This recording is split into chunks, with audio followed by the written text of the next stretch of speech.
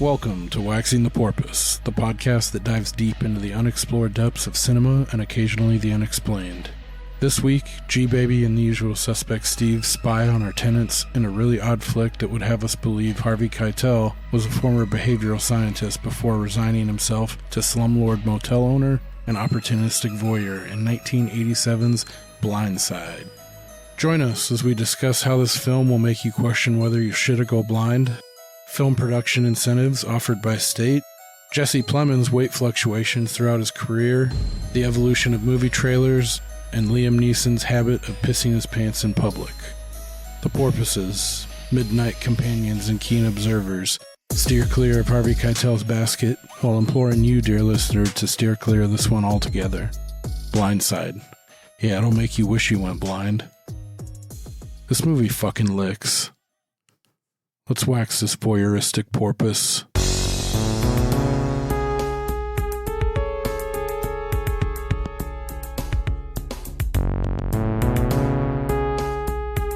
Chase, don't do that.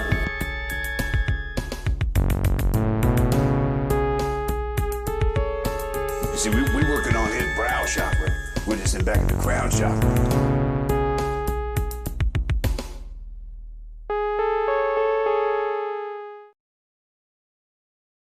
I can break out of this funk. We'll do it live. We'll do it live! Fuck it!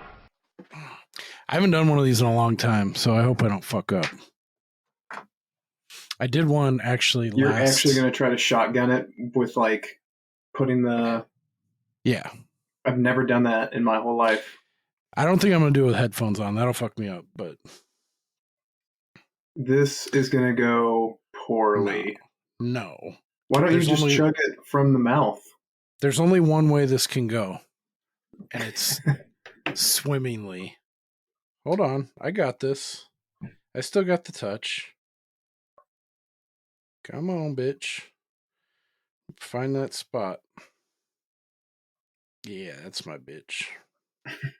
Who's it gonna be? Ah!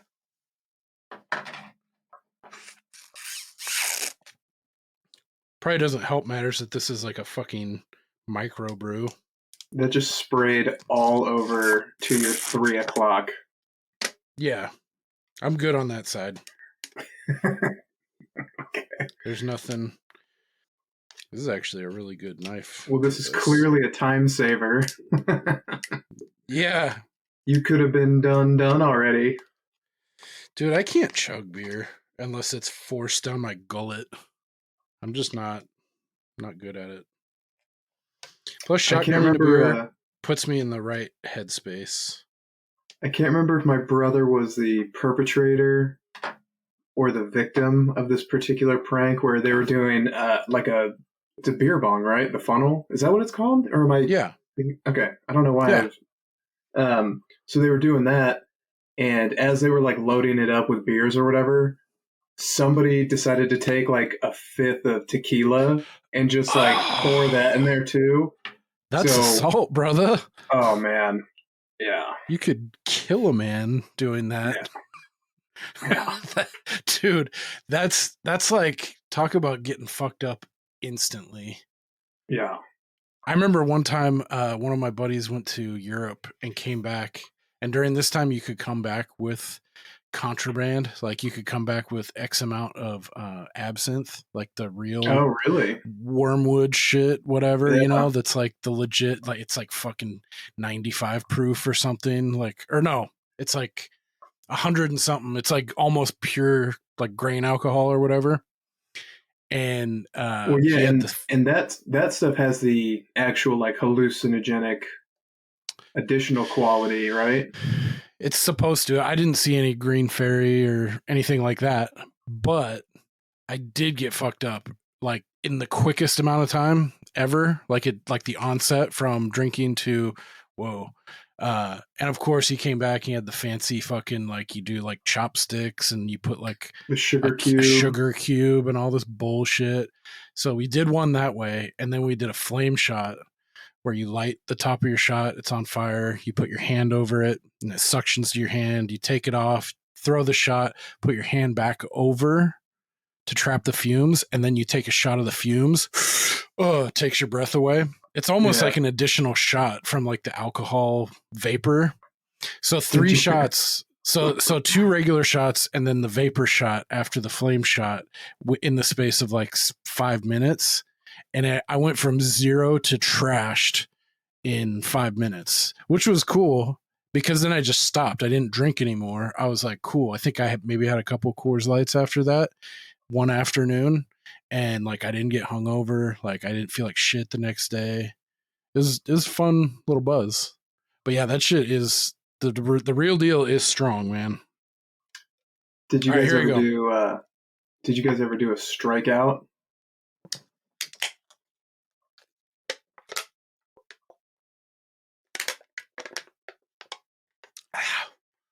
That seemed pretty efficient. Yeah, horrible beer for shotgunning. Oh my god.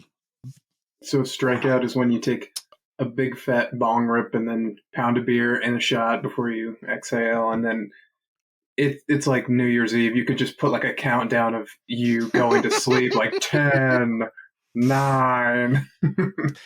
I think I only tried it where I did it. I think I probably did it in the wrong order. I took a huge bong rip and held it in, and then I took a shot because I was like, there's no way I can do this and chug a beer and keep everything together. And that was pretty brutal. Yeah. But I'm trying to think. I've seen people do a strikeout, and I'm like, nah, I'm okay. That's the quickest way to get twisted. It's definitely a young man's game. Yeah. Because I had roommates that were on the baseball team, so they had to pass drug tests. So every once in a while, they would just have to take a shit ton of niacin to clear out their system. And so we would all, like the other dipshit roommates were like, yeah, fuck it, we'll do it with you just for fun. You know, take a bunch of niacin, and you're just like bright red, you know, just like you're on steroids. Dude, you're just, yeah. Well, they were doing that too, so. Fuck. Yeah, I'm trying to think of what other kind of trick or game that I did like that. Do you ever do luging? Ice luges? No. Those were super fun. You know how you can go to the store and get, they sell like block ice in like those big rectangle, like perfectly smooth. So you get one of those and you like, or you get a couple, but at least one, and you prop it up like it's a ramp going down.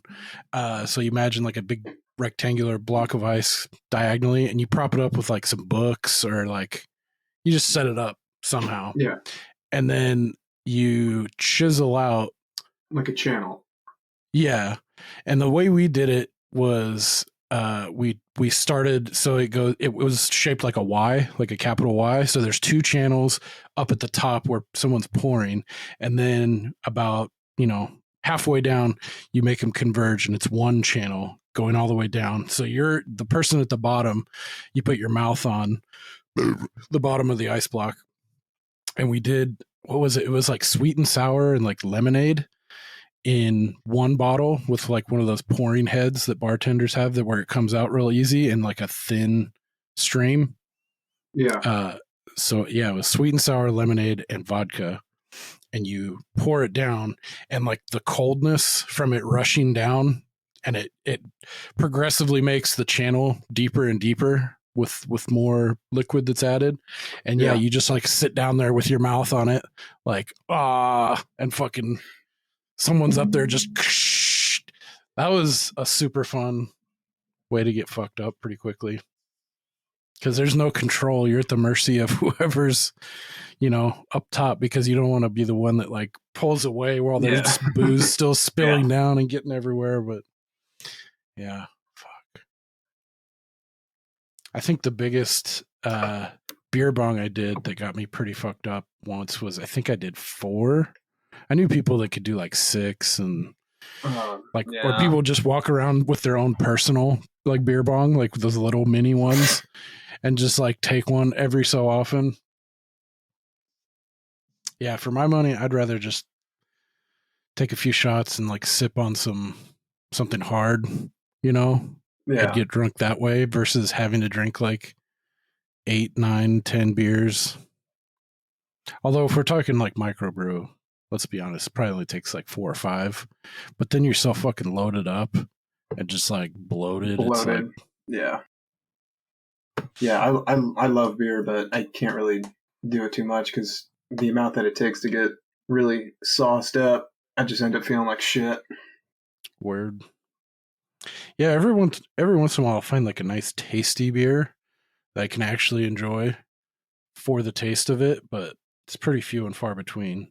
Firestone Walker does have some pretty tasty brews, I will say. Easy Jack, that's a good one. It's a sessionable lawn soda. It's like 4 point something. It's real smooth, easy drinking. I think that's why I like Stella. To me is like the ultimate like refreshing crispness, and then you drink enough of them, you get a little bit sauced. But any hoodles, that's not why we're here. We're here to talk about a really shitty film that I wish I wouldn't have watched. I'm not in a good mood right now. All right, let's start this off correctly. Welcome to Waxing the Porpoise, the podcast where we dive deep into the dark and uncharted waters of film, high strangeness, and everything in between, sometimes. This evening, we cordially invite you to join us on this episode 93, where we'll be discussing the flaming pile of shit Blindside from 1987, not to be confused with the Sandra Bullock I Saved a Left Tackle from Poverty movie. It's not that. You got to go a little bit deeper. Before we dive in, introductions are in order. I will be your host, Jim G. Baby. Fuck. Where is it? No, nothing's all right. You sold us a bad batch of hash brownies. You're a bad Rastafarian. These are not hash brownies. And to my right, we have virtual right, the usual suspect, Steve. Well, this is gonna be a merry Christmas. How's it going, man? Doing good. Excited to talk about this one. Sure. How long ago did you watch this? A couple hours. A couple hours ago? Mm-hmm. And are you seething, or did you actually like this? Hot garbage. I don't know. I have mixed feelings about it. The trailer that I watched got my expectations so low that I was pleasantly surprised. That doesn't mean it's good, but yeah, I mean, I feel like I'm right on that borderline between like I don't think it's good. I didn't hate it, but I didn't really like it that much. And yeah, I don't know. I think I also am not as jaded of a movie buff because I found a couple reviews that you could tell these people were like, this is just so derivative and such a ripoff of all this other stuff that if I had seen those other things, I probably would have been more pissed off. But I just thought this was okay for an 80s synthy, unnecessary extra twist and turn up until the very end, which wasn't like very good, but yeah. So I guess I'm sort of agnostic on this one. I don't think it's not as bad as I thought it was going to be. Is the most positive thing I'll say about it. I did find one thing that's weird is I'll usually try to bring up like a Wikipedia just to like refresh my memory of the synopsis and in case I miss anything. There's like nothing out there about this one. Every website has the same little blurb like dude runs a hotel, whatever, don't bother. Yeah, this is the thinnest Wikipedia entry for a film I've ever seen. Yes. And there's only 2 pieces of trivia on IMDb, that's usually relegated to like really dog shit films, which this is. So that makes sense actually. But yeah, for being a Harvey Keitel film, and I mean, it's very similar to a lot of other 80s films. Like this was made in 87, late 80s films in terms of like quality. like the cinematography and everything, but just like the character, like the story and the actors that they chose to use and their characters that they depicted were just fucking like bottom of the barrel. It was horrid. Like I've seen Lifetime pictures and like made for TV shit that like they're acting their pants off compared to this shit, you know, like so. Yeah, I didn't think it was that difficult to get through.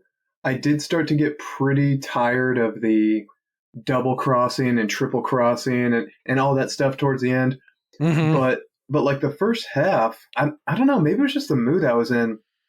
I was actually kind of enjoying the first half. Like, I don't mind a slow burn.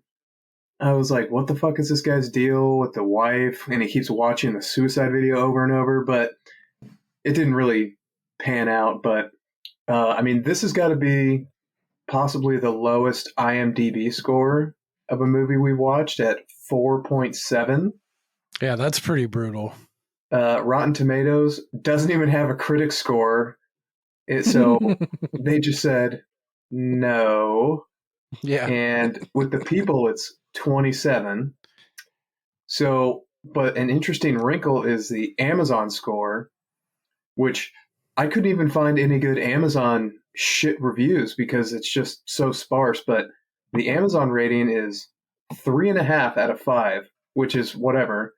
But the distribution of those ratings is what was curious to me. So it's a 1 through 5 star on Amazon. It got 3.5 aggregate or average or however they do it. Mm-hmm. So 3-star got 0. 1, 2, and 4-star each got about 18 or 19%, and then 5-star got 45%, which is a very curious distribution. That's nuts. I can't even wrap my head around that. So I can't remember what website I finally found where there was reviews that I could just steal. And was it Letterboxd? It might have been. Because there's a couple gems that I pulled from Letterboxd that I'm okay. Yeah, it's probably going to be the highlight of this review.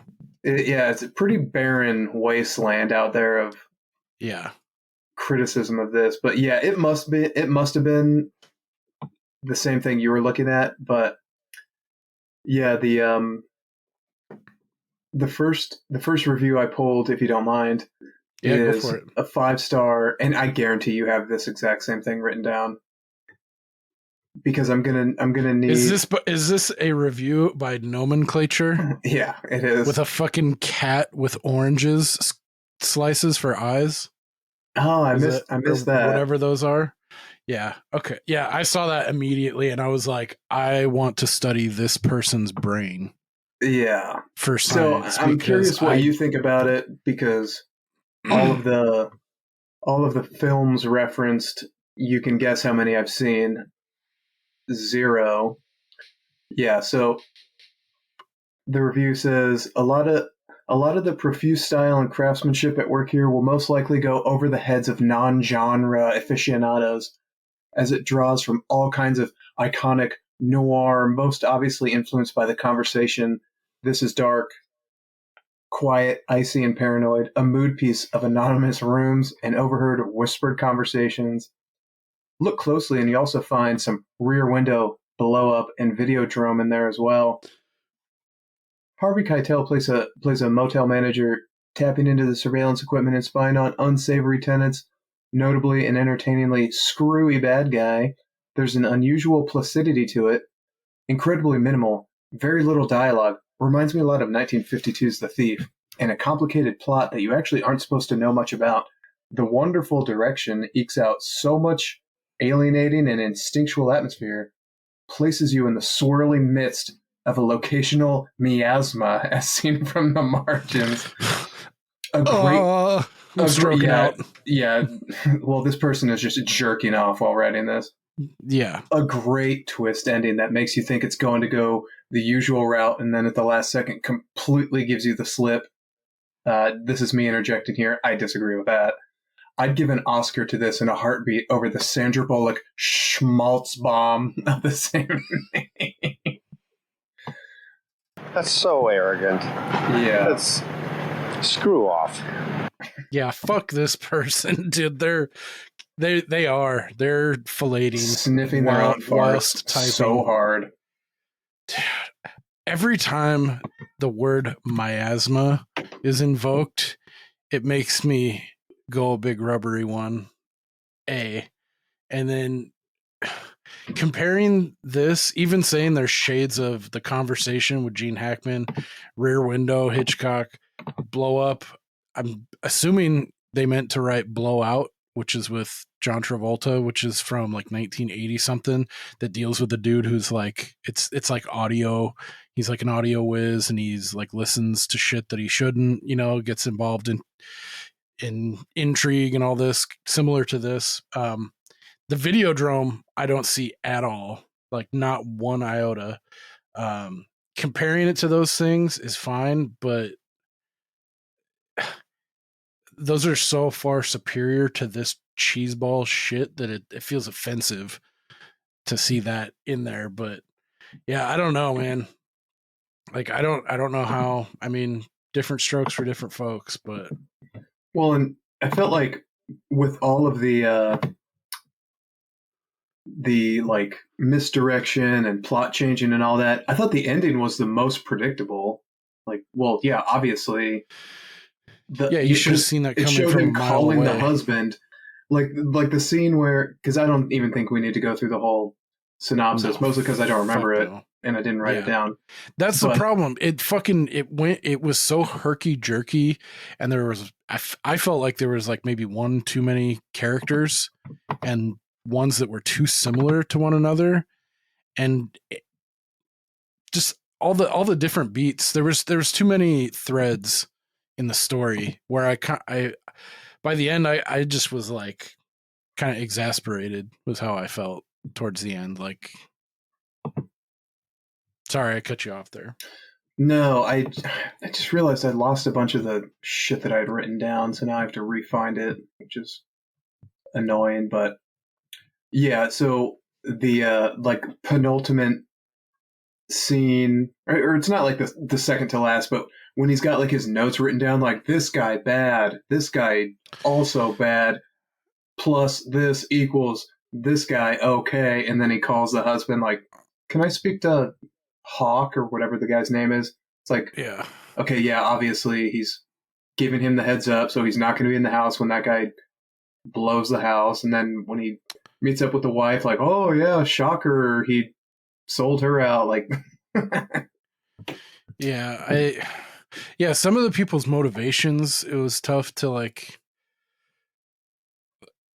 stay on top of. And then like there's some characters that like disappeared for a while and came back. I don't even know what happened to that first guy with the glasses when he fucks up in the when they're in the music store and he takes the jack out and he's all, oh, like I can't even remember what the fuck happened to him. Yeah, so those two guys who first come to Harvey Keitel's motel to extort him, I get, him, force him to come back out of retirement to do surveilling. I refer to those guys as good cop, bad cop. So good cop is Glass's guy. Bad cop is the guy who we later find out is just like everybody else working for the other side. And you see good cop and bad cop talking at one point later on about like who the mole is or whatever, right before you find out that it's bad cop. But then they just don't ever show good cop again. The other dude again. Yeah. I was like, did I get up to take a leak and he got whacked in some scene? Or well, you would think, because they literally killed everybody else in the movie. Yeah. It's like, why is that the only one you spared? A lot of people do die in this though. Like the body count is pretty relatively high, I feel like, but I guess most of that's in the first salvo with procuring the H. I don't know, because they've got that first drug deal gone wrong scene, which was so confusing to me. I didn't know who the fuck was who. Yeah, same. like, okay, because when what's his bucket, Freelong comes to rent the room, you're like, okay, this guy's gonna be a main character, and then the good cop bad cop come looking for him, and then the drug deal happens. I kept looking at every character like this could easily be the Freelong guy because they all look similar. Yeah, like a weird looking 80s Burt Reynolds knockoff. One of the guys that they kill looked like good cop glasses guy. Like I could have sworn. So I thought the first two guys that got Keitel into this shit, I thought they got taken out, and it wasn't until like that next scene, like or a few scenes later, when they take the tape that Keitel had recorded and they go to listen to it in the music store. I was like, I thought these people, I thought Freelong and his crew got the jump on these two dudes, and they were dead, but now they're alive. So who's that other crew, that just a random crew moving heroin that they had identified and sprung this trap to secure the heroin for?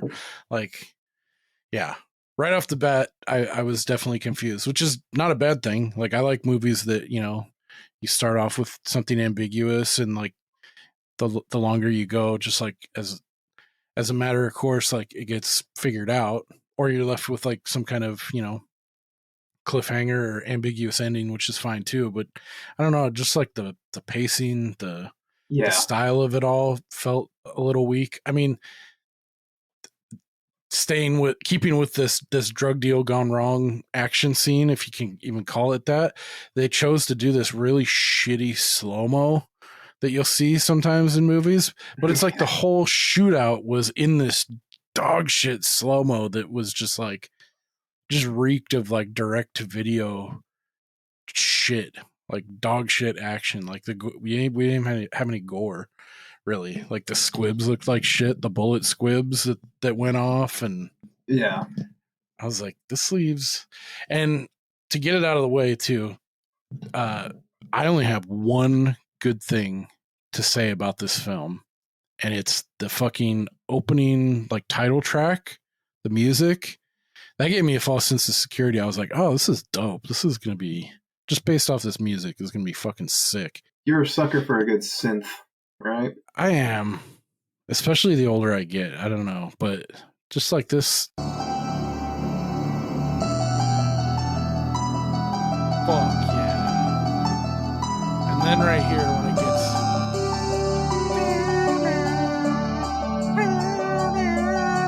I was like, fuck yeah. That's the way to start it. It like reminded me of like a takeoff of like Tubular Bells from The Exorcist. If you can picture that in your ear. I was like, all right, that's cool. That's the only good thing I have to say about this film. Like, and we get to see Lolita Davidovich. She has a nice set of cans. That was cool. Dude, I don't know. That's the only thing I enjoyed about this film. The scene where she's like making him soup or whatever, and they don't explain their relationship. I was like, what is this? I was like, is this his daughter? Like, because they're talking about his ex-wife or dead wife. And I was like, oh, this must be his daughter who's like trying to take care of him, because they don't tell you until later that she's living at the motel. This is just her home. So then when he goes to the nightclub or the strip club and is watching her pull her tits out, I'm like, this is his daughter. What? This is a sick fuck. Okay. Yeah. So when I first saw it, I took it as like, she seems like very like codependent and like into him. And to me, I bought it like they were acquaintances or friends, and she's like super into him, and like she's like, don't you need somebody to take care of you? And like she's just kind of like fretting over him, and he's just like playing it real quiet and just like, I'm not interested. We're just acquaintances or friends. You make me lunch every day, it sounds like. She's like, you'll be back tomorrow for lunch. But yeah, I guess if I would have got that impression too, like that maybe thinking it was his daughter, that would be an incredibly creepy scene when he goes back to the fucking Nate's Lizard Lounge or whatever the fuck. Yeah, that scene too is like, it's so weird. It's like, why are you such a weird motherfucker, Harvey Keitel, sitting there eating the soup? And it's like, you don't look anyone in the eye. And like, he's like, that's not how people interact with so-called friends. Someone doting over you and like giving you lunch. It sounds like a regular thing. Like, it seemed like a really weird person, which I guess makes sense a little bit as the farther we get into his backstory. But I don't know, that whole scene. I mean, we don't really come back to it. They don't even really. Like, she goes away the rest of the movie, basically. Yeah, I mean, she pops back in every now and then for what? I don't know. She doesn't really add anything. No. Other than like, he inspired me to not just have to pull my tits out for a living, so he's a good dude, but he's also a voyeur and likes to watch people, their comings and goings, which is just weird in general. I don't know if you remember, there was a couple of years ago, and I think they made a Netflix doc about it. There was that guy who owned a motel for like 40 years or 50 years, and he was just recording everybody through the walls. Weird. And I think when he died, they found his stash or something. I could be completely botching the story, but yeah, because when he tracks down what's her name, Julie, to be like, hey, you're gonna want to listen to this. She's like, how'd you get it? And he's like, I've been listening. Don't you worry.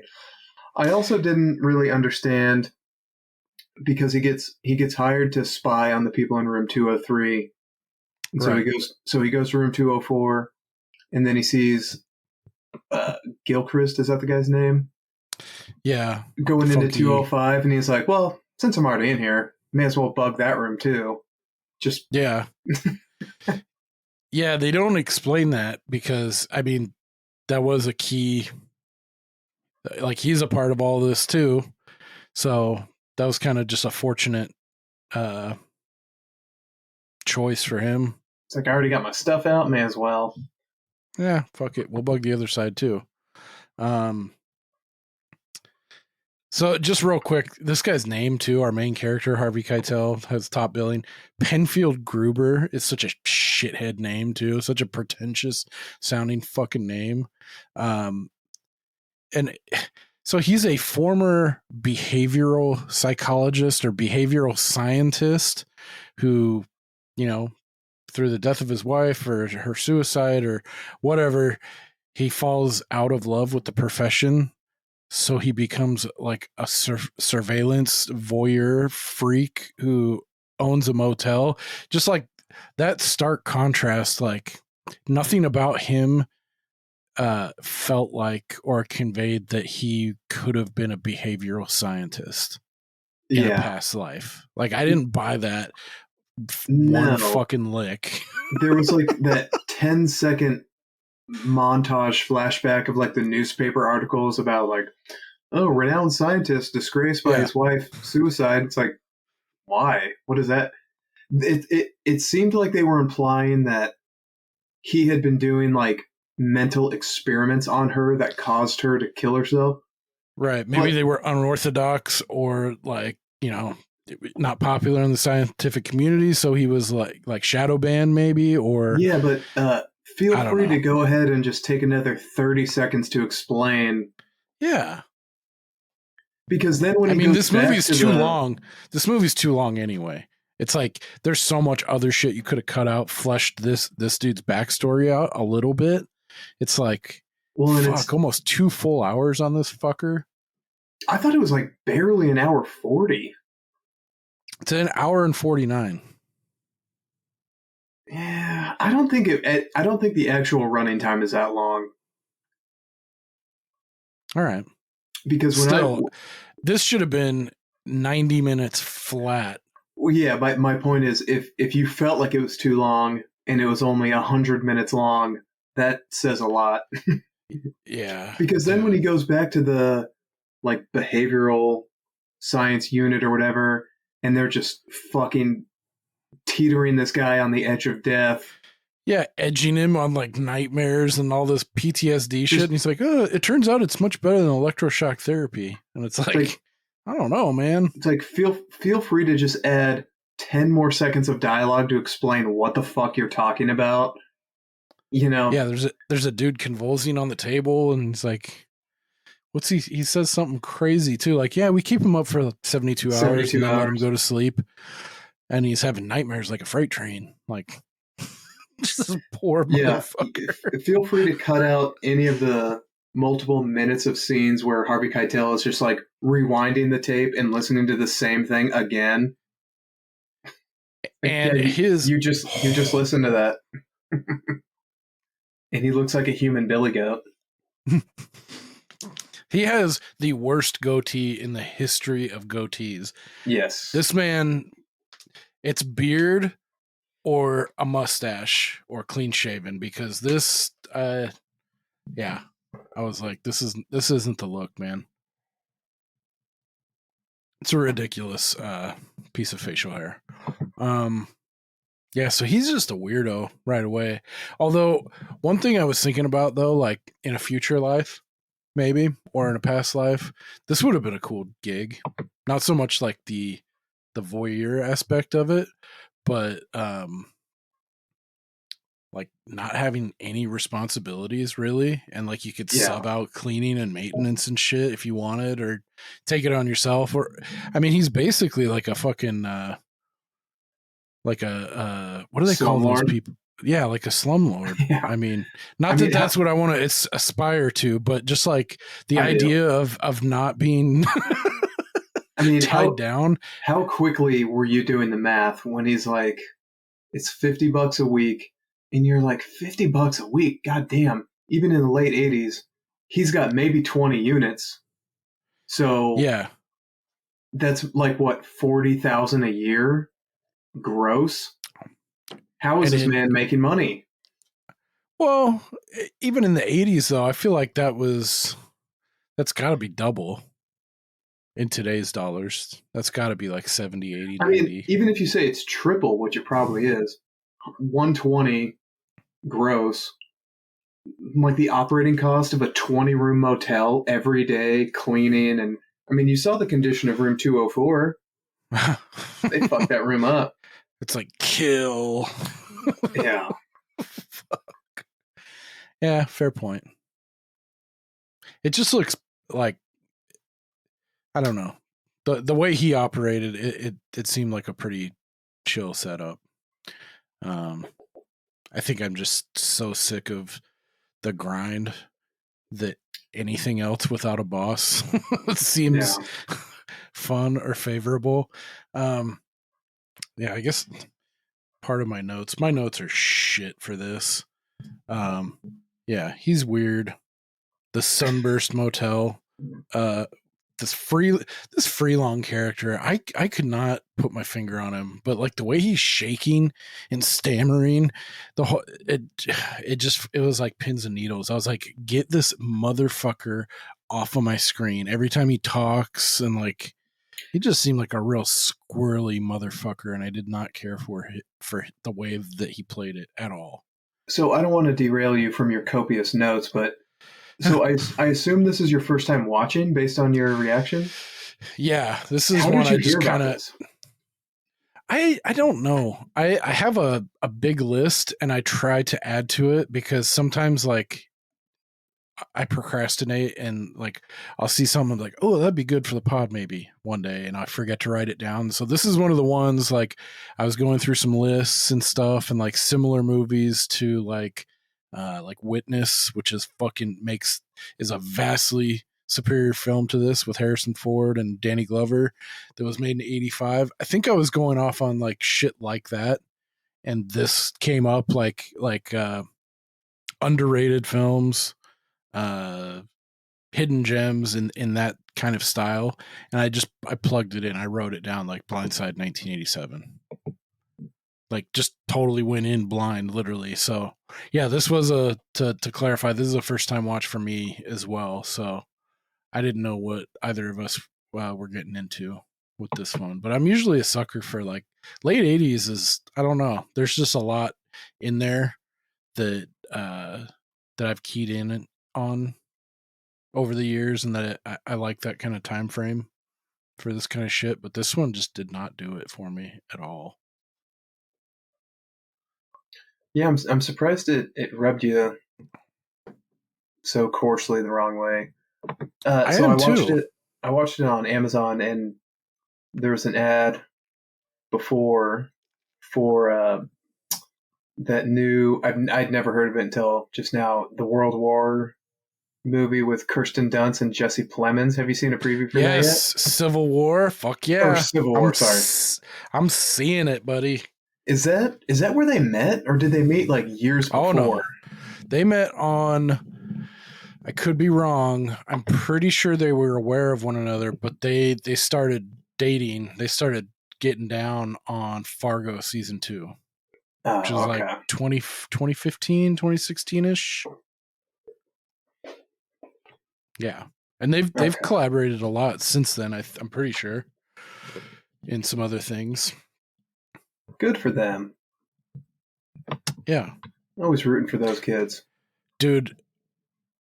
I know you're probably not interested at all, but the punchline is worth it. So this was like, I don't know if it was Oscars or like Golden Globes, one of the top 2 or 3 awards ceremonies, and this was either last year 2023 or the year before 2022, and I can't remember if Amy Schumer was hosting the event or if she's like one of the side hosts, but it was Amy Schumer, and she's interviewing Kirsten Dunst at the table where her, Jesse Plemons, and she's just, I can't even remember what it was. I blocked it out of my memory because it's so fucking cringy and pretentious and just like saccharine horse shit.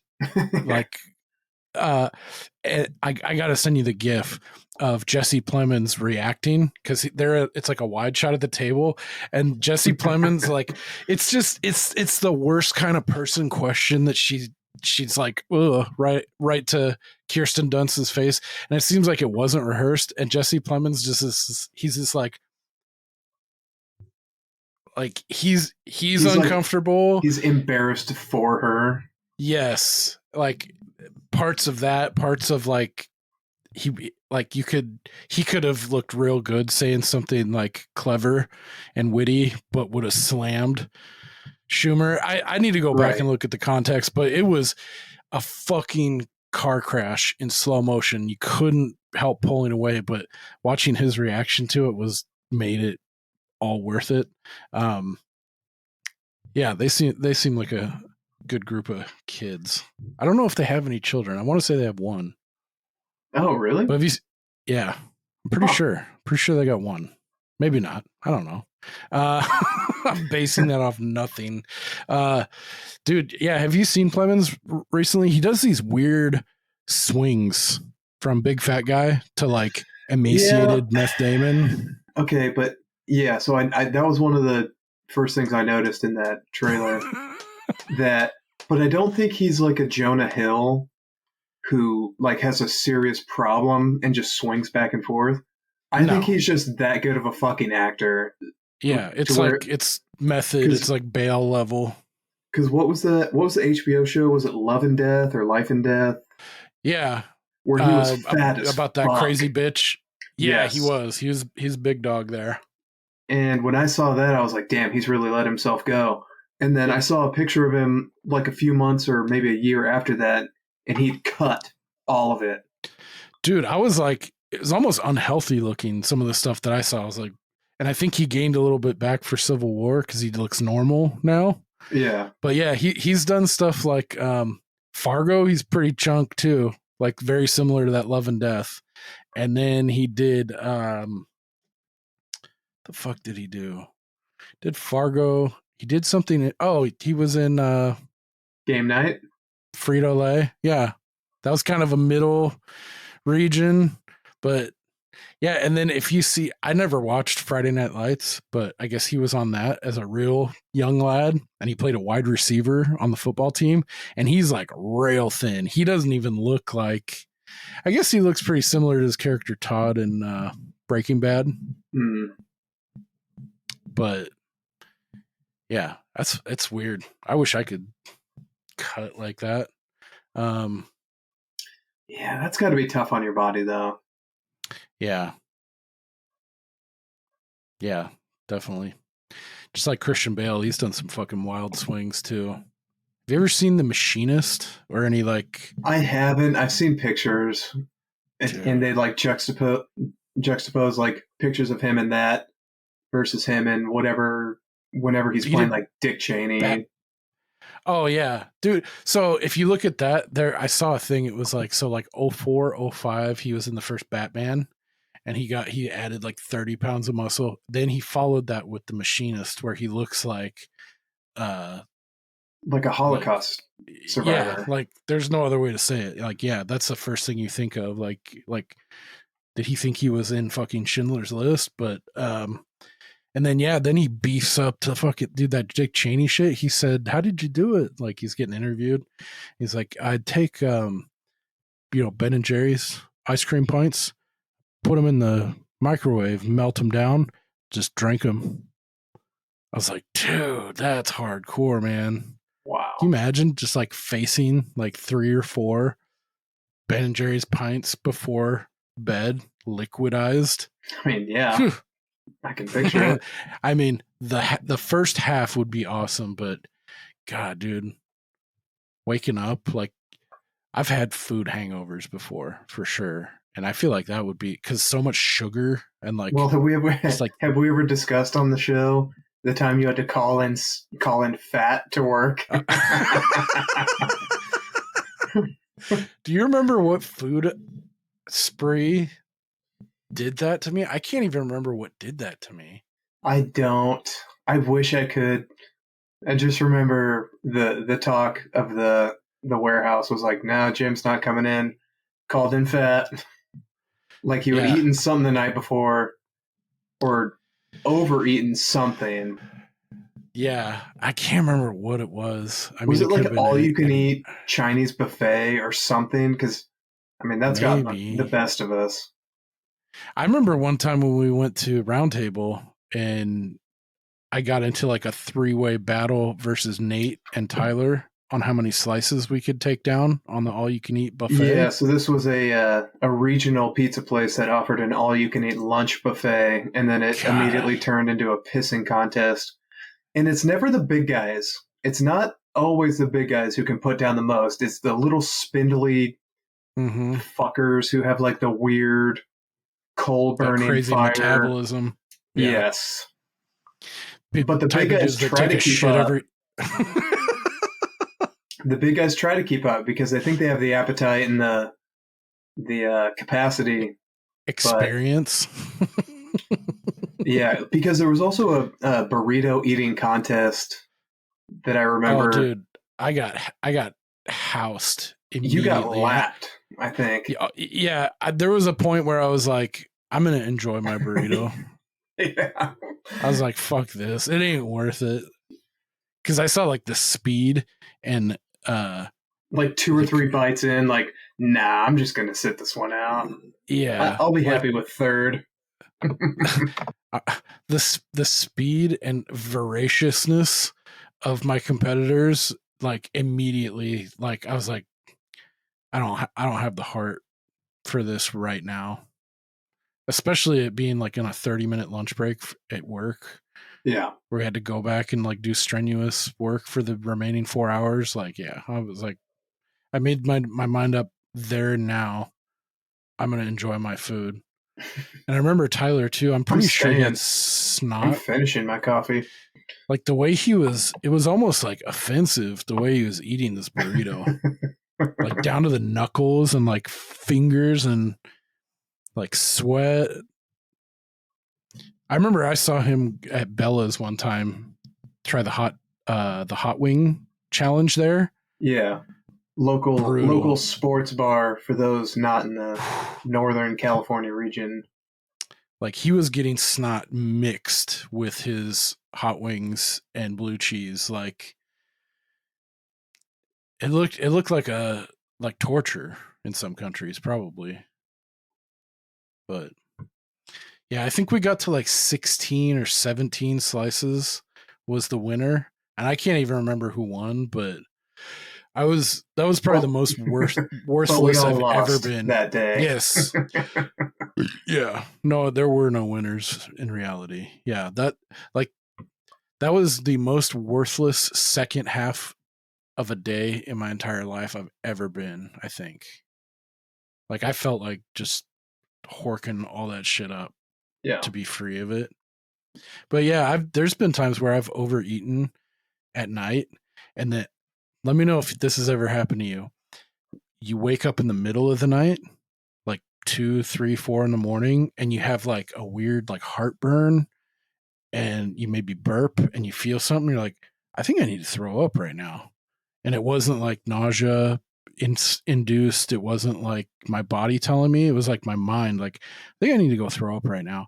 And I go throw up, and it's just food that hadn't even like gotten digested yet. It was just like I just inhaled it and passed the fuck out, and it just sat somewhere in betwixt, and my body was rejecting it.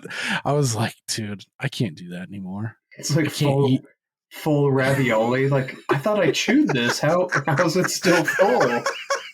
It's just like a bundle of fries that weren't even fucking chewed. They were just inhaled mid chomp. I don't get that, but what I do get is middle of the night hot sauce, gastrointestinal regret, because I love hot food, and my stomach is fine with it, but it's like a few hours later when it goes through my like lower GI and out through my ass, that's when my body disagrees with it. So, I'll eat a bunch of hot sauce with dinner or whatever, totally fine, go to bed, no big deal. But then I'll wake up at like 3 a.m, like, oh, fuck, I overdid it. Damn. Gotta go pray with your south mouth. Yeah. It's a tumor. Yeah, I was never a big hot guy until pretty recently, actually. Now I can't get enough of it. It's kind of like when I tried wasabi the first time. Like I didn't mean to, and I did, and I got that kind of. I finally understood like the pleasure pain ratio that happens, and like the kind of little bit the euphoric kind of thing that you get after it subsides, and you get like that dopamine release or whatever releases to kind of. Like that your body releases to flush you, I guess. But like when you pay a hooker to kick you in the nuts. It's similar to that. I will say, like pepper, spicy, chili, stuff like that, that's what fucks me up. But wasabi or horseradish or that, I could probably eat an unlimited amount of that, and it doesn't do anything. So I wonder if that has to do with that capsaicin shit. If there's like some element in a pepper versus something else hot that does it. I was never a big horseradish guy until my grandpa was like, dude, try some horseradish with your steak and like just mix it in a little bit, try a little bit on a bite, and that was like I was off to the races from there. And now like I get like cocktail sauce. There's this particular kind that I found that's like extra chunky, and they go heavy on that straight horseradish, not the creamed shit. I don't fuck with the creamed horseradish, like the straight fucking like I'll make I'll find any excuse I can to get seafood or something to pair with that cocktail sauce because it's so fucking good. It's like that's the meal. Like the meal is like the side part. It's the vessel for the sauce. Oh, I get it. Believe me. Yeah, and kraut too. That's fucking. When I go to I never knew when you go to Costco that they have kraut. until pretty recently too. And so I load up on that. I asked for like 4 cups and I just fucking set that bitch up. Fucking $1.50 kraut bomb. Yeah, I recently learned that they don't have the condiment turnstile. No, they got away with that. They did away with that during COVID. Fuckers. It's another thing they took from us. Yep. Count that as another COVID death. So can you explain, I did see one other review that I don't want to read the whole thing. Yeah. Blindside, 1987. Did you wash your ass today? Yeah, we got derailed, but that's fine because this movie sucks. So I'd rather talk about anything else, to be honest. Yeah, so this was a review from Brian Cartwright that you probably wrote down as well. And he starts the review by saying, directed by Canadian tax shelter director extraordinaire Paul Lynch, this is nowhere as satisfying as horror effort Prom Night. Is there like is there like an understood? Does that make sense to you or no? Yeah, so this dude directed Prom Night, which it's not bad. I mean, you won't see it very highly rated, but in like the slasher subgenre, it's like one of the seminals, probably too strong of a word, but it's one of the ones you think about from like, you know, from the beginning, from, you know, like Halloween and stuff like of that stock all the way through the 80s, and they kind of like beat it into the dirt. But that was the first wave of kind of that slasher stuff. Prom Night, Jamie Lee Curtis was in it. Okay, well then I'll go ahead and finish the review. My question more was about like the tax shelter thing. That I have no idea. Okay, all right, forget about that. So this guy's got some inside. He's got some kind of inside scoop on old Paul Lynch here. I don't know where he's getting that from. Directed by Canadian tax shelter director extraordinaire Paul Lynch, this is nowhere as satisfying as horror effort Prom Night, blah, blah. Harvey Keitel plays Penfield Gruber, disgraced scientist who now runs a flea trap hotel. Gruber is threatened to spy on one of his long-term tenants. What unfolds over the next 90 minutes is a dialogue, light retread of the conversation and Rear Window. The plot eventually gets so labyrinthine that, I kid you not, there are multiple scenes of Keitel's character silently sitting and reviewing his notes. When and if he does come to conclusions, his next actions to indicate what his conclusions were. So this is all just in context. So we bounce along several steps behind him, and the film mostly just breeds confusion, not narratively satisfying, thematically resonant, or remotely sexy. This was an easily skippable watch. So hard agree on. I don't know if you remember last half. I don't know if we talked about it during the Crumbly thing, or the maybe prior to that, talking about the Hannah Gutierrez, the armor on the Rust set trial. There was like a weird questioning of some of the producers on set. Like, so they brought these producers on as witnesses, and the defense was like, well, isn't it true that this is a tax shelter? And they're like, I don't know what the fuck you're talking about. And they just kind of moved on. But I think what they were alluding to was New Mexico, to incentivize film crews to come there, they offer huge rebates, like 40%. Mm-hmm. And so it just seemed like a weird thing to try to bring up and not flush out. So I wasn't sure if there was a similar thing in Canada. Maybe there was at this time. I have no clue, because I do know I did look up that this was filmed on location in Toronto, Ontario, Canada. I don't know if that's in place, but that seems like a more, at least within the last 10 or 15 years, that's become more of a common thing. But they're out in the open with it. There seems like you got to be pretty transparent with that kind of thing when you're dealing with the IRS and like who you're giving out these rebates too, and incentivizing to come to your state. Because like one of the biggest examples in the last 15 years has been Georgia. Yeah. I'm sure you've seen a ton of shit at the end where it's all made in Georgia. And and they have to put the peach for the rebate or whatever. I think what really set them off was The Walking Dead. They got The Walking Dead to set there, and fuck, they've done spin-offs, 10 seasons of that show. Like, it's like the city, you know, is actually like a tourist thing. People will come and they have like Walker reenactments of zombies, just like Civil War reenactments. Like, it's a big, huge deal. But I've noticed there's other states like New York State has one for like upstate New York.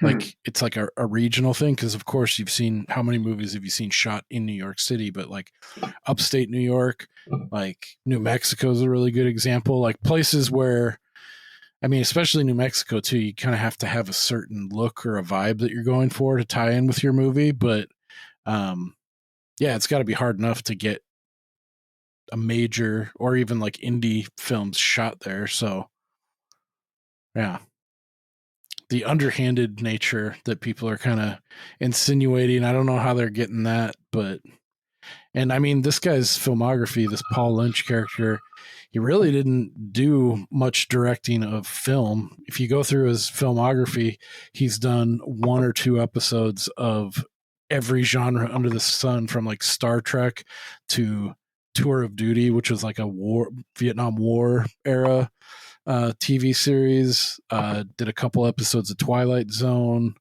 Kung Fu, The Legend Continues, RoboCop, Due South. So are you aware that the actress who plays Adele, the stripper daughter, which I thought, Lolita Davidovich, yep. You know who she's married to? Director Ron Shelton of Bull Durham fame, writer and director. I think he was the writer. So I just saw on his thing that he wrote Bull Durham, and he also wrote Tin Cup, which...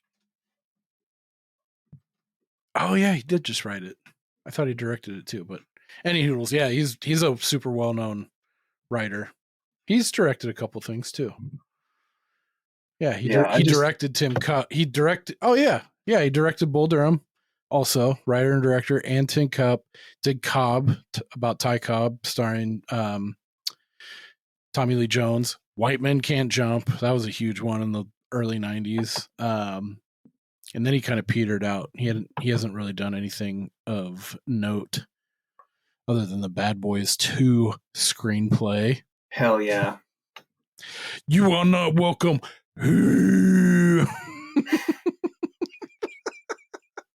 Dude, real quick side story. I was over at my in-laws today. I was talking to my brother-in-law, and I had no fucking idea. I have seen it, but I blanked it out. So I've gone to the theater like 3 times in the last 4 days, which for me is like, that's the more movies I've seen in the theater in like the last 5 years. And so saw a bunch of cool trailers, one of which is Bad Boys 4. It's I don't know what the fucking tagline is for it. And because it didn't say Bad Boys 4, it's like Bad Boys Forever or some shit like that. Evolution. Yeah, something. And so I was like, oh damn, they made a 3rd one. That's whatever. I mean, I'll check it out. And I was talking to my brother-in-law today. He's like, no, that's the 4th one. I was like, he's like, which is even funnier because they called the 3rd one Bad Boys for Life. Yes. Which, okay. That would have been the perfect number 4 for life. Put a 4 in there. Come on.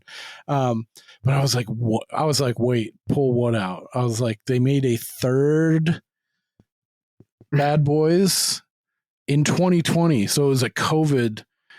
I think it got lost in that milieu, but then he's like describing it and shit. I was like, fuck, I have seen that, but it was so forgettable that I like my mind tried to erase it because it was pretty bad, but I guess I'll have to rewatch it. But I mean, this 4th one looks pretty bitchin'. I'm a sucker for Martin Lawrence and Will Smith. I really like the first 2. So Yeah, and I feel like modern trailers are so much better than like these 80s ones. It could be a good movie, but they just look so bad. And the they've come narration a long way. is awful. Yeah.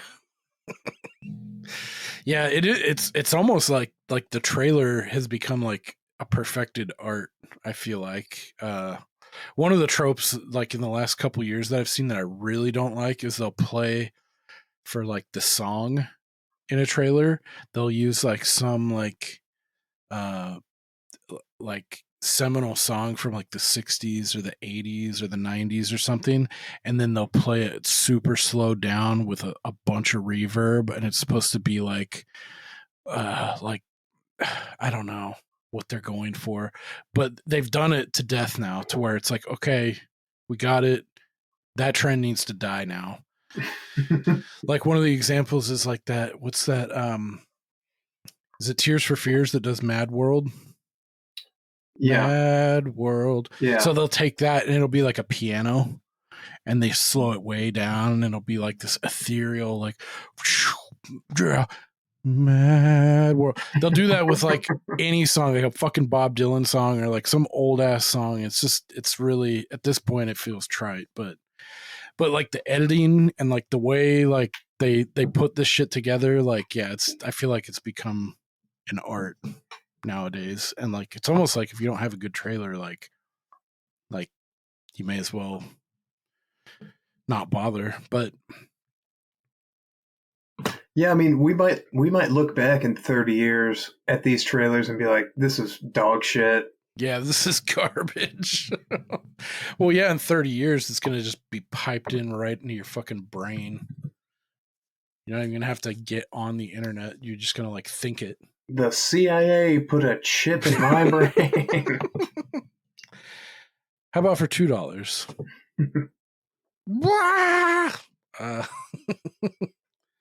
Thanks the fuck up, Antonio! Magic! So, I haven't gotten very far in my notes. This movie is just all over the fucking place. It's like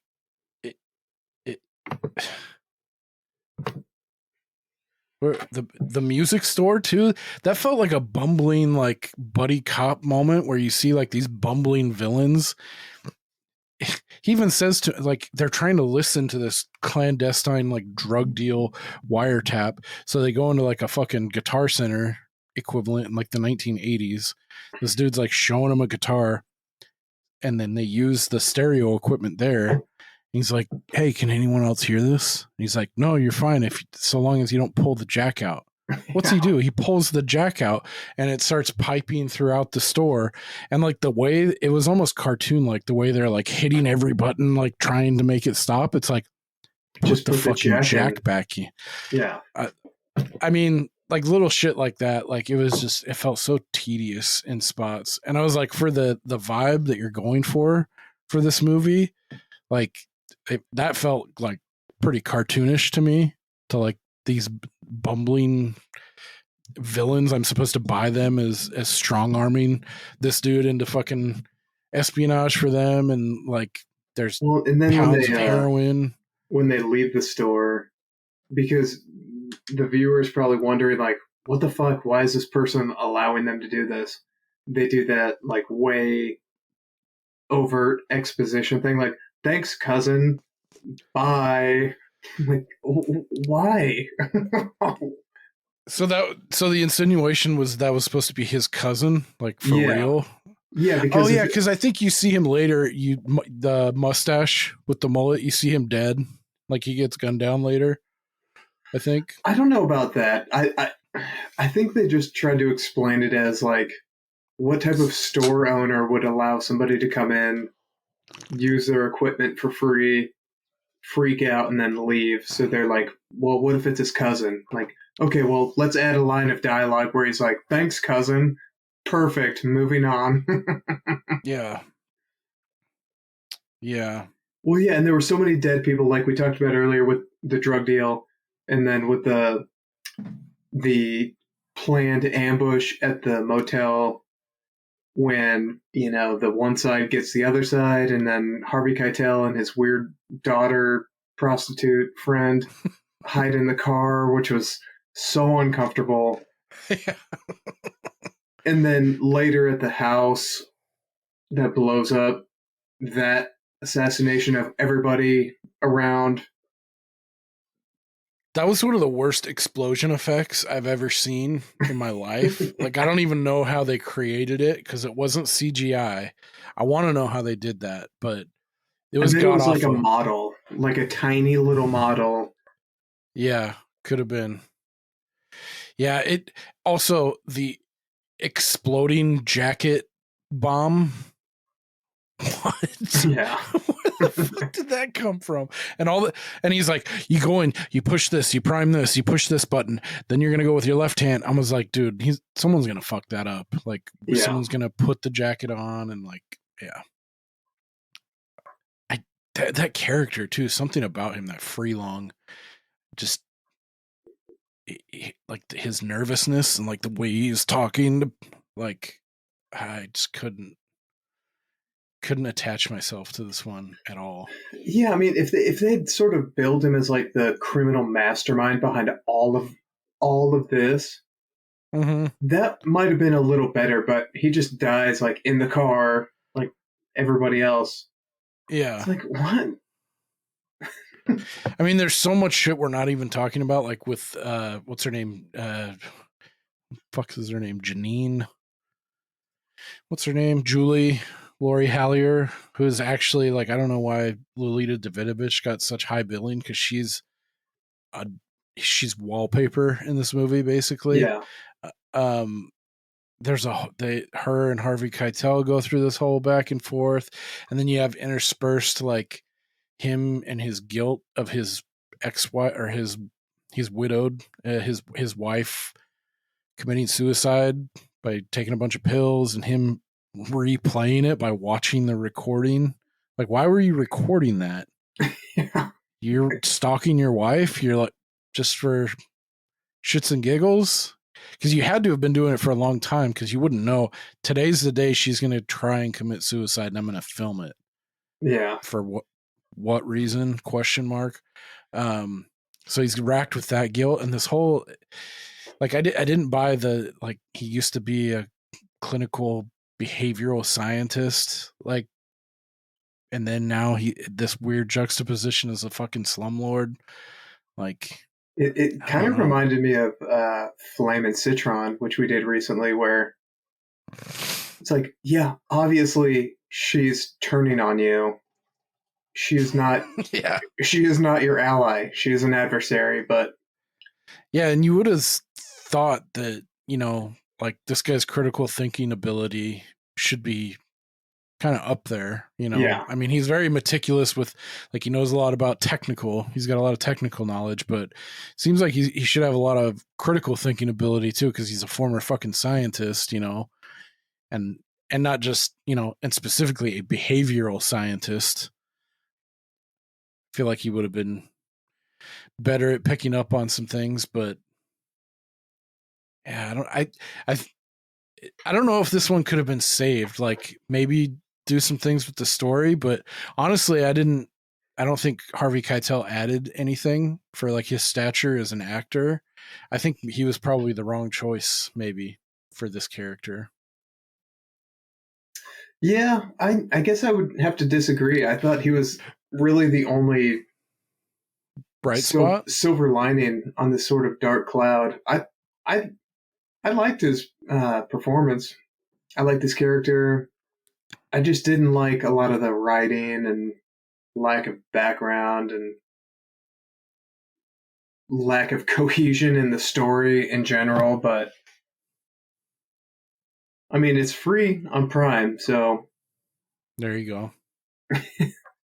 Now, if you want to crown them, then crown their ass. I think this is well deserving of its critical reception, and it's horseshit. It's horrible. Don't ever watch it. Like, the things that they're talking about, it's like, yeah, watch The Conversation with Gene Hackman. Watch Blowout.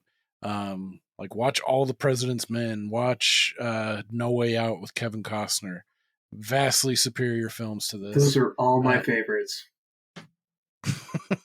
Never seen a one. I think No Way Out we should do one day with Sean Young and Gene Hackman, Kevin Costner, Will Patton, Papers. He's real good in it. I have a really fun review that I want to share. Can I guess?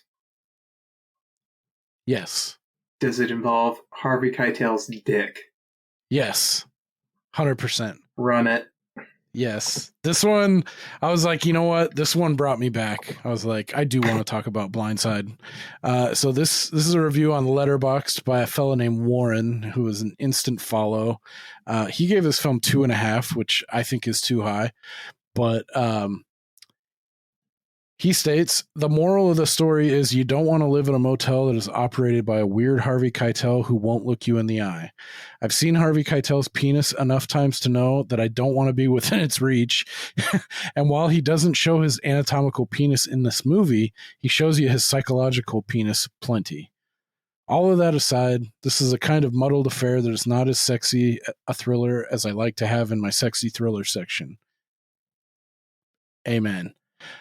I challenge the collective you to cite a sex scene with Harvey Keitel that is sexy. If you say the piano, I will do the internet equivalent of running away while screaming. Also, amen.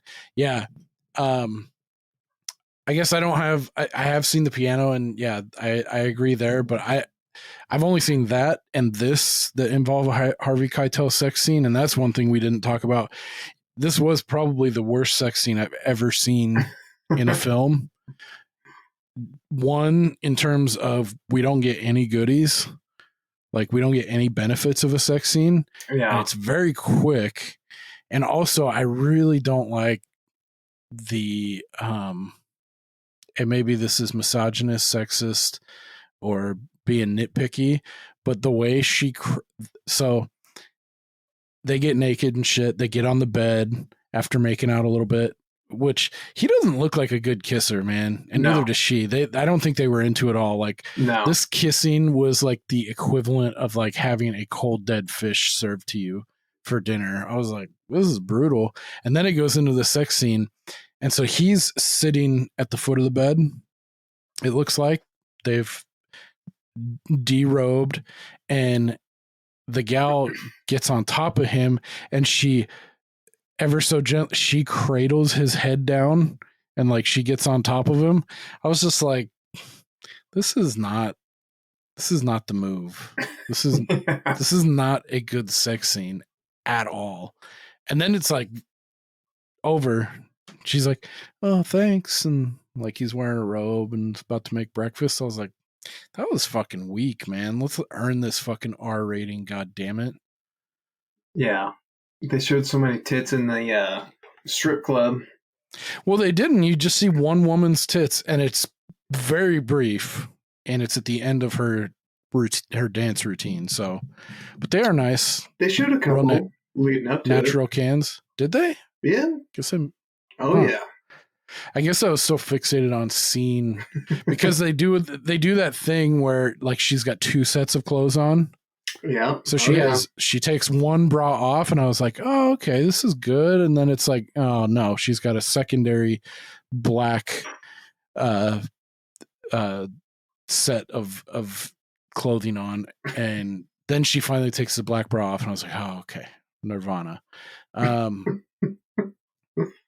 But yeah, I think I was so fixated on that, like, and they took it away, and then they finally give it to you. But yeah, she had a nice natural set of jugs that I appreciated. So yeah, those are really the only bright spots between that and the introductory song in the first 3 minutes of the film are the only highlights I have for this film. Don't ever watch it. There's so many better things you could do. But yeah, Warren's review on Letterboxd is an all-timer. That was pretty awesome. Did you know that Harvey Keitel is known for having a fucking hog? No. He shows it in the piano. Dude's got a basket for sure. Like, and it's not a prosthetic? No. How do you know? I guess I don't, but I don't have anything that points to him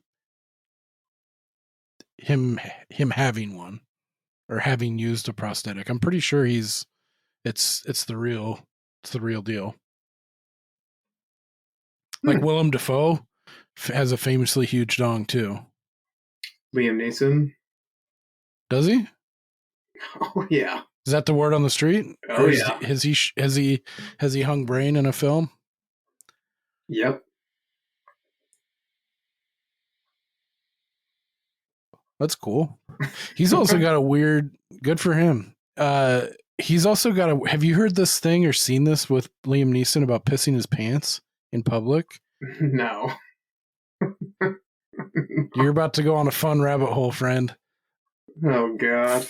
Following this, just type in Liam Neeson pants pissing. Pissing his pants. Pants, pee. There's like more than I can count on two hands, like of him at public events, him out in public at a dinner, at an award ceremony, post award ceremony, and he just pisses. And I think it's like a really weird like peccadillo of his, like it's just more efficient. Like he can just go and keep, like he doesn't have to stop and go to the bathroom. It boils down to that. Like he's given interviews and he's kind of brushed at it. And there's tons of pictures of him with a big old huge piss stain, like unmistakable. It's not sweat. He didn't get water thrown on him. Like he pisses his pants. It's like something he does. It's really strange, man. Wow. Yeah. So maybe that's part of it. Just having a huge dong also factors into the not giving a fuck factor. So there's just so much piss. There's nowhere for it to go. Wow. Dude, that's like, I heard on another podcast, the dude was talking, he's like, what about like Dominican women? You know, like they have huge asses. Like, does that mean their shit is like they just take way bigger logs? And the dude was like, I don't think that's the correlation. Like, I don't think the ratio of ass size equates to like how big of logs you're chopping at the end of the day.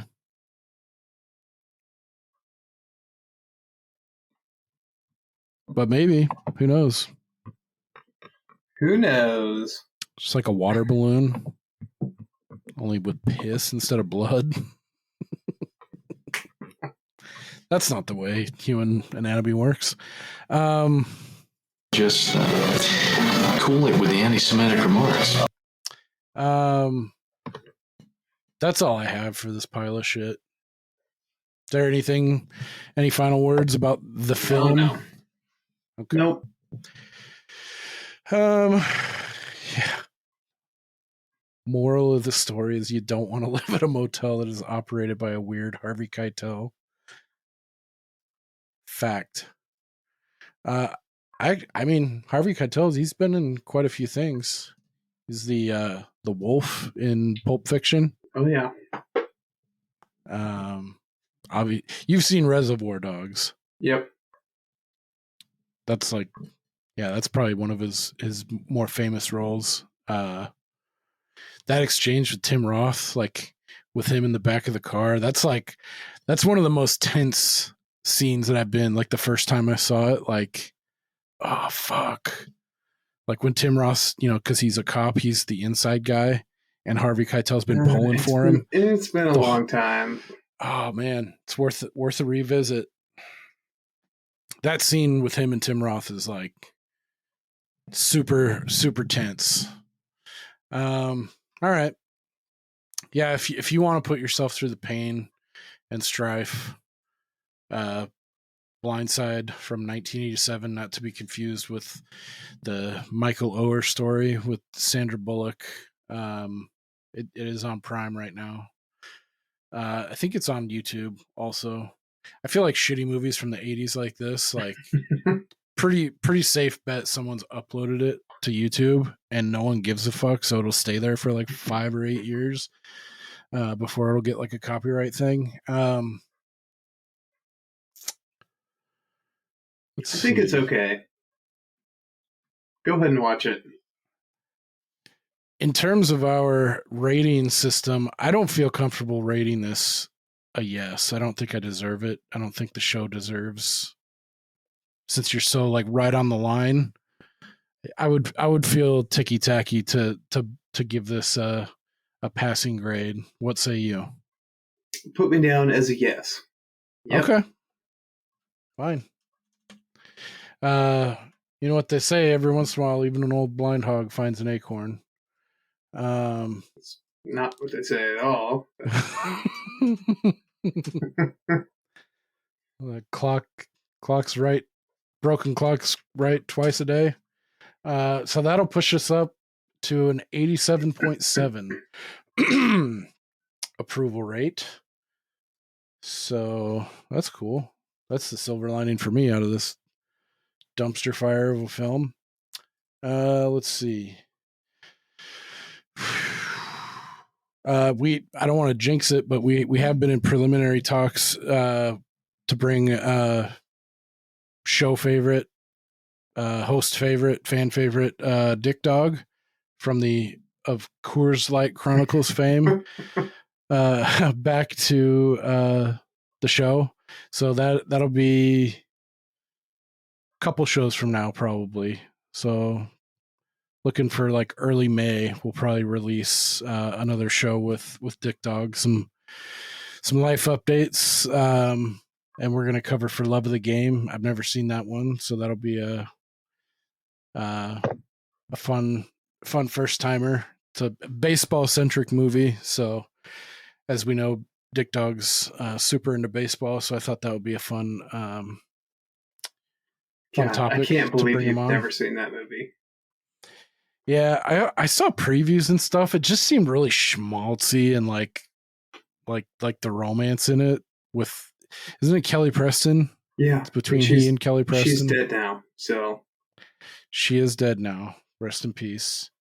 I don't know. It looked more like a romance, like a straight romance versus like a baseball film that has romantic elements like Bull Durham. So, well, you better prepare yourself because it's a great movie. And I also didn't buy like the whole pep talk at the mound they had in the trailer. John C. Reilly playing the catcher, like we're behind you, boss. We got you. Like, I don't know, it just seemed cheese dick to me. But I'm also a huge fan of Remember the Titans, so you do the math. Never seen it. Don't care. Yeah, I don't think that's one we'll ever watch in the show, but or for the show. But if you ever get the chance, take it and don't look back. It's a great film. Stop eating my sesame cake! I fucking wish we would have watched Congo. Would have been far superior. What's new with you? You got anything new you want to discuss before we get out of here? No. You need to watch For Love of the Game. We will. For the show, only because next week, I don't know what we're talking about. We need to watch something dope. I know that for sure to get me out of this funk. So I'm thinking about maybe going back to a little William Peterson, To Live and Die in LA. It's like directed by William Friedkin. Willem Dafoe's in it. Willem the Hog Dafoe is in it as well.